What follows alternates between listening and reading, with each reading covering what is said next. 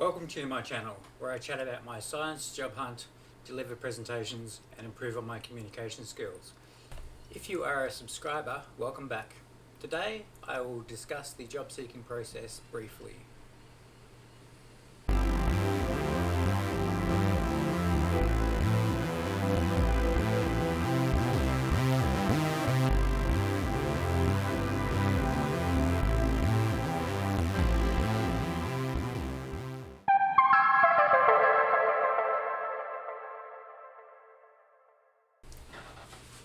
I'm doing an in-depth video about cover letters and resumes in a few weeks. Today I'll briefly talk about this.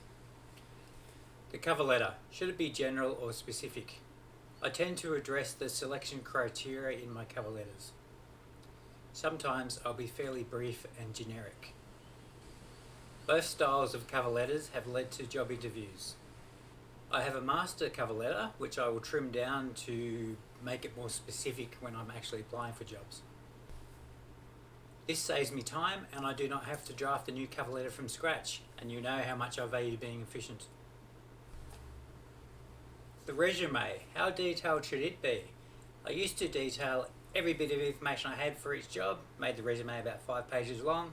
These days I have a template and I will trim the resume to 3 to 4 points that are relevant to the selection criteria. I'll leave off references and wait to be asked for them. I found that that's sort of a catch-22, because if you include the references, all you need to do in the interview and say, hey, you want to call them? There they are.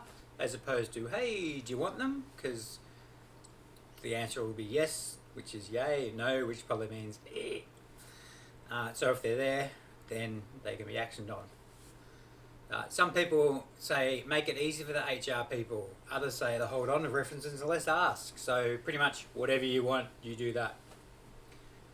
On the subject of references, well, how valuable are they? In my situation, I haven't worked in a lab for 7 years or so, so my references specific to lab work are getting a bit old. So how useful is someone who's giving a reference from a position that's, say, even 5 years old versus 10 years ago? Probably little. Someone who can vouch for what you did within the last 3 years is probably a good reference. Still, if someone can say you were competent in your job and you possibly did great things, then it shouldn't really matter how old the reference is. The flip side of that is if you don't have recent references, well, how do you address it? You do stuff like this, as in put yourself out there, make yourself visible, people get familiar with you, and that reduces the value of references, because people can see how you interact and communicate and judge for themselves whether or not you'd actually fit into the culture at whatever company you're actually applying for a job at. Ideally, when people view you or this video, then you will come across as, hey, that person can do the job and fit in with our culture and so forth. So to reduce that waffle into something a bit more specific, one of the reasons for this channel is to show that I know my stuff and I can communicate it today. That should reduce the value of my crusty old references and make platforms such as this one more valuable in my job hunt and future employment. So a win for me, because I don't have to chase up references. A win for referees, because I don't have to chat about me and try to remember what I did in the dim dark past. And a win for you guys who are potential employers watching this, because you can see whether or not it would be a good fit for your company and whether or not I've got any idea about what I'm talking about, which hopefully I do, and you can see that. The most important thing I've learned when applying for jobs is to pay attention to detail and not to fire documents off as soon as you finish editing them.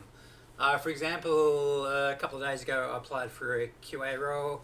I wrote in the cover letter, hey, I interviews with you recently.